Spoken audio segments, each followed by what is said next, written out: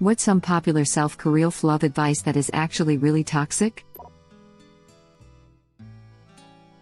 That you should expect unconditional support, love, and acceptance from friends or romantic partners.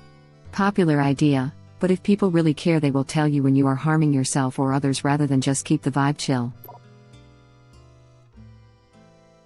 Live your truth. There is a fine line between authenticity and being in butthole. I've yet to meet a person who uses "I'm speaking my truth" who didn't clearly mean I don't care how incorrect or hurtful what I'm about to say is. If you don't accept it, you're disrespecting me. Edit. To clarify, since some replies are bringing up specific people. I don't know much about celebrities. I was mostly thinking of a former coworker who would use the phrase constantly when being blatantly wrong but still expecting to be accommodated for her preferred reality. Show them what they're missing. No. Just do better for yourself. I feel like spite is a great motivator for starting an activity strong, but it's not reliable over time. Edit. I have learned that some people can be purely motivated by spite. Ignore the haters. Sometimes the haters are people who love you and want to warn you of potential pitfalls, such as MLMs, cults, abusive relationships, etc. Update. A few people are saying that the definition of haters is, essentially, only people who are hating for the wrong reasons. I agree, that's what this advice intends to communicate. Basically, don't pay any attention to people who project consistent irrational negativity your way. My concern is that this phrase is so easily misapplied as a self-love mantra, which ultimately serves to keep some vulnerable people from listening to the valid and well-intentioned concerns of loved ones. It can be used by a manipulative person to keep victim/vulnerable followers in line. I like haters going to hate better because it implies there is a pattern. Like, oh, that person is always hating, so of course they're hating now. But if your sister is usually supportive, and definitely not a hater by nature, and is suddenly very concerned that your relationship is abusive, listen up. I think it comes down to the idea that you have, arguably, more to lose by disregarding a well-intentioned friend than by paying attention to an ill-intentioned one. I appreciated the feedback and did not find any of you to be haters. The sort of positivity that relies on dragging other people down.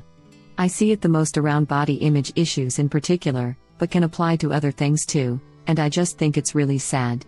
It doesn't solve any of the underlying issues, just makes more people feel rubbish about themselves. It's not really advice, but it's popular for people to label themselves as brutally honest. Honesty is good, but beware of people who are more interested in the brutality than the honesty. I once read something that said honesty without kindness is cruelty, and I think about that a lot when I'm deciding whether or not to say something. The difference between honesty and brutal honesty is something called tact. My stepfather delighted in upsetting family members by telling them stuff that was truthful, but in a very callous way. Then when called on it, would just say, "What? I'm just telling the truth." No, you just like to upset people by verbalizing their insecurities. No, you just like to upset people by verbalizing their insecurities. That was beautifully put. I'm going to use it next time someone tells me they're brutally honest. Cut off anyone that doesn't bring you peace. Obviously, this applies to people who are constantly, deliberately making you miserable. But a stressful situation or argument with a friend that you care about doesn't count if you haven't attempted to work it out with them. Once you fall out of love with someone, you cannot fall back in love with them. Worst advice I ever got. I'm so glad I gave it a second try. True enough. People change and develop all the time. In 20 years' time, you're two completely different people, with new experiences, wisdom, education, pressures, interests.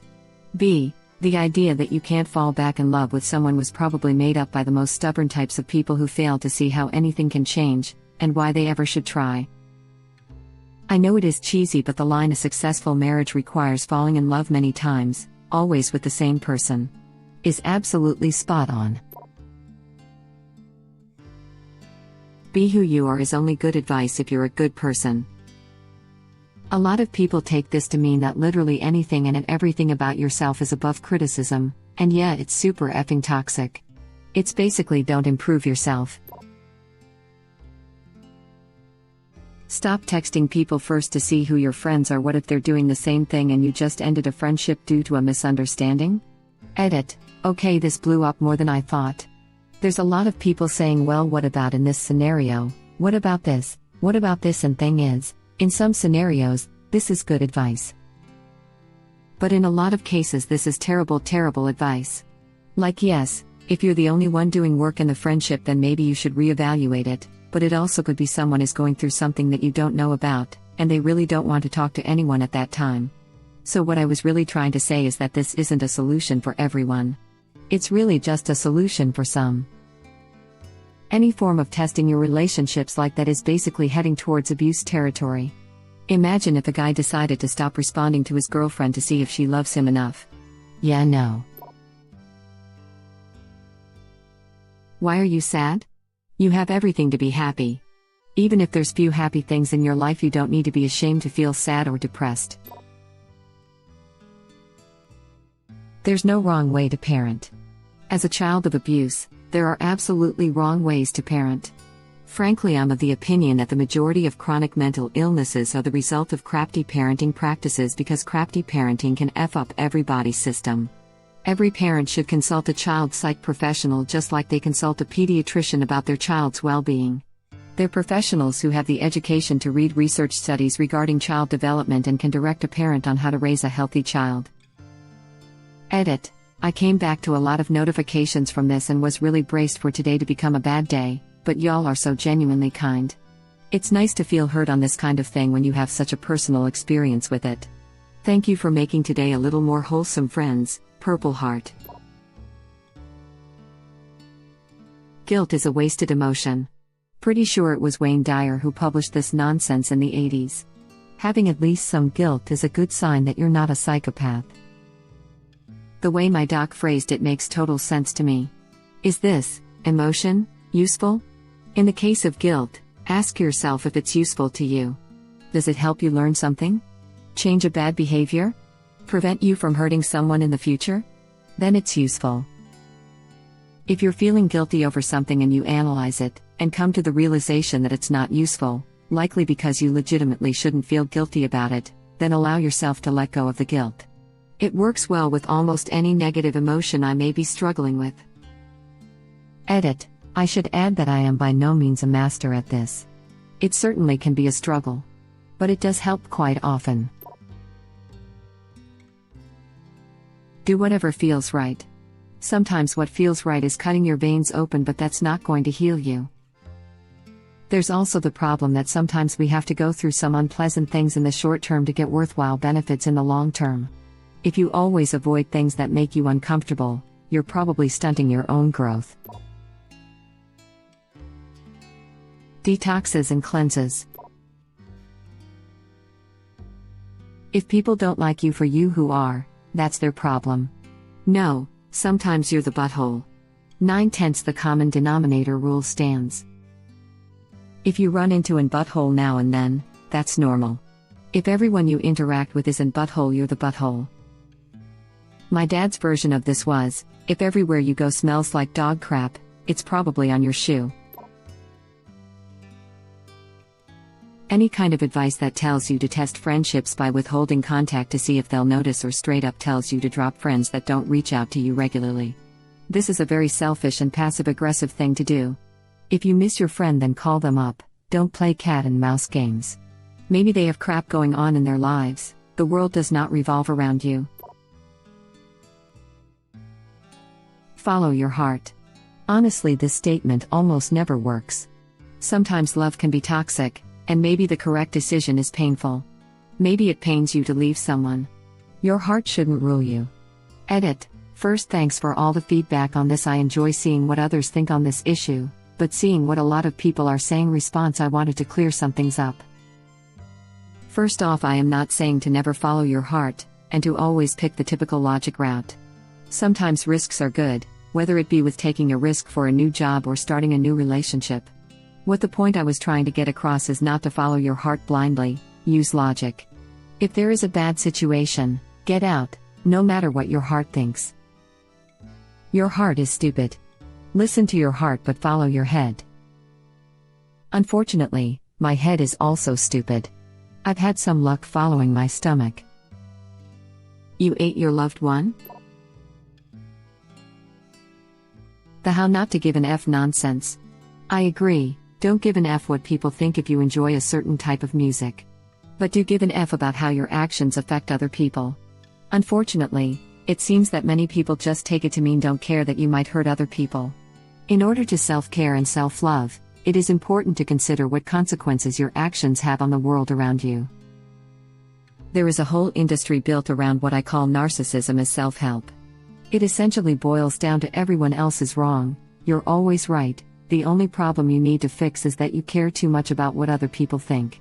There is definitely something to be said for people who are far too self-conscious, but social interaction is a core concept for being a healthy, happy human. You aren't going to find happiness by turning into a sociopath.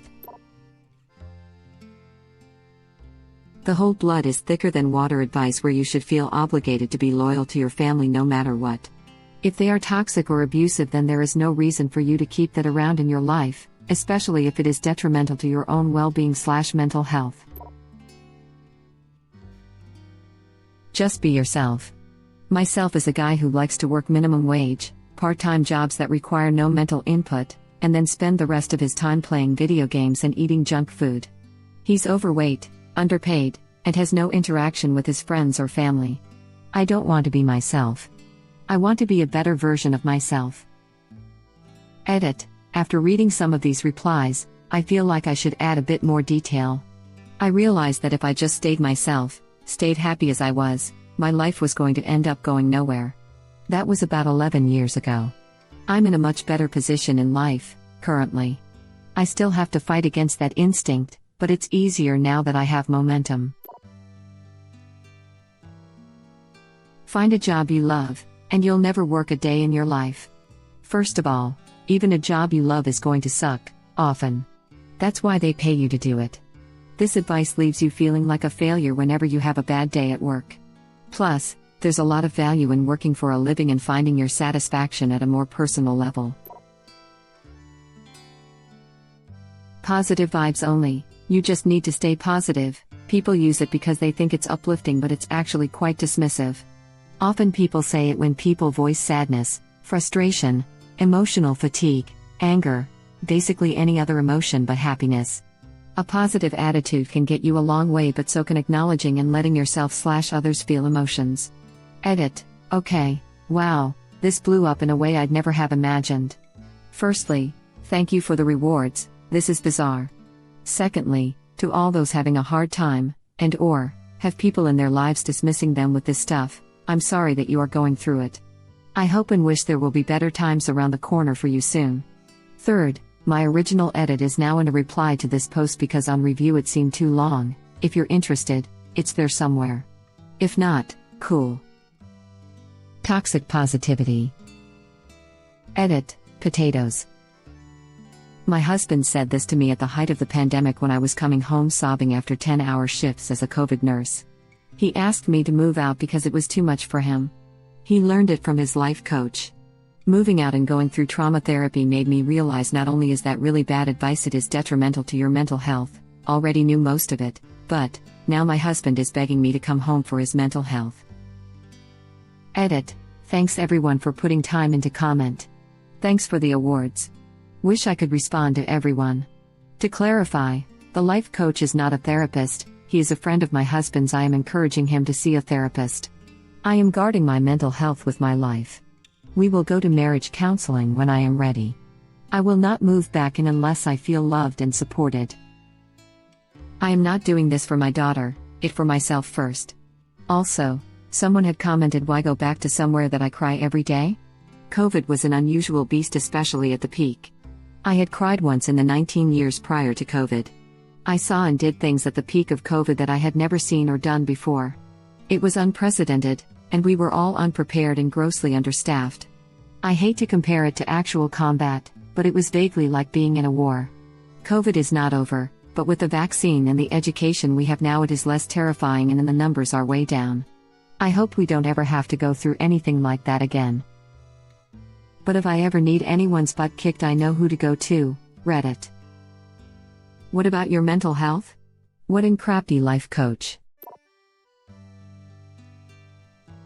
If you can't handle me at my worst, you don't deserve me at my best. Basically just a green light to be in crafty human being. Thank you for watching. Please subscribe to be the first to know about Red Rabbit Reader's new videos. If you like our videos, please like them on YouTube and share them with your friends. We welcome your comments below. Press to start another of our videos.